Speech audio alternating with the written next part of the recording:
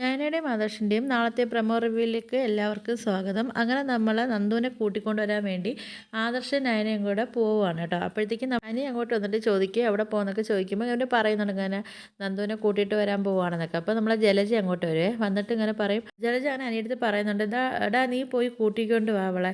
അപ്പോഴത്തേക്ക് ഇങ്ങോട്ട് തന്നെ കൂട്ടിക്കൊണ്ട് വരണം. അപ്പോഴത്തേക്ക് ഇവിടെ 3 പേരും കൂടെ ആവുമല്ലോ. അപ്പോൾ 3 പേർക്കും കൂടെ ഇവിടെ തന്നെ താമസിക്കാമല്ലോ.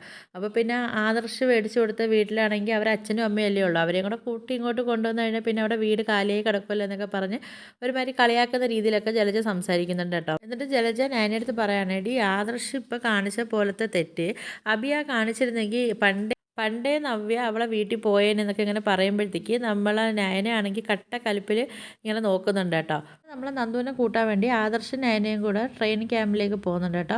അത് ട്രെയിനിങ് ക്യാമ്പിൽ വെച്ചിട്ട് നമ്മൾ ആദർശ് നന്ദുവിൻ്റെ അടുത്ത് പറയുന്നുണ്ട്, മോളെ നീ അനിയെ ഒരുപാട് അവോയ്ഡ് ചെയ്യരുത്, അവൻ അവോയ്ഡ് ഒരുപാട് ചെയ്താൽ അവൻ ആകെ തകർന്നു പോകും എന്നൊക്കെ പറയുന്നുണ്ട്. നന്ദുവും പറയുന്നുണ്ട് എനിക്കും ഒരു പേടിയുണ്ട്, കാര്യം അവൻ ഒരുപാട് അവോയ്ഡൊക്കെ ചെയ്ത് കഴിഞ്ഞാൽ അവൻ എന്തെങ്കിലുമൊക്കെ ചെയ്യുമോ എന്നൊക്കെയുള്ള പേടിയൊക്കെ എനിക്കും തോന്നിയിട്ടുണ്ടെന്നൊക്കെ ഇങ്ങനെ നന്ദു ആദർശിൻ്റെ അടുത്ത് പറയുകയാണ്. അങ്ങനെ അവർ നന്ദുവിനെയും കൂട്ടി പിന്നെ നയനയുടെ വീട്ടിലേക്ക് വരുന്നുണ്ട് കേട്ടോ. എന്നിട്ട് പിന്നെ നമ്മൾ ആദർശാണെങ്കിൽ ഗോവിന്ദൻ്റെ അടുത്ത് ഇങ്ങനെ സംസാരിക്കും. പക്ഷേ ഗോവിന്ദൻ്റെ അടുത്ത് പറയുകയാണ്, ഞാനൊരു വലിയ ധർമ്മസങ്കടത്തിലാണ്, ഒരു നിസ്സഹായ അവസ്ഥയിലാണ്, അങ്ങനെയുള്ളവർക്ക് പറയാൻ ഒരുപാട് കാണും, അങ്ങനെ ഒരു അവസ്ഥയിലാണ് ഞാൻ, പക്ഷേ എനിക്കൊന്നും തുറന്ന് പറയാനൊന്നും എന്നെക്കൊണ്ട് പറ്റുന്നില്ല.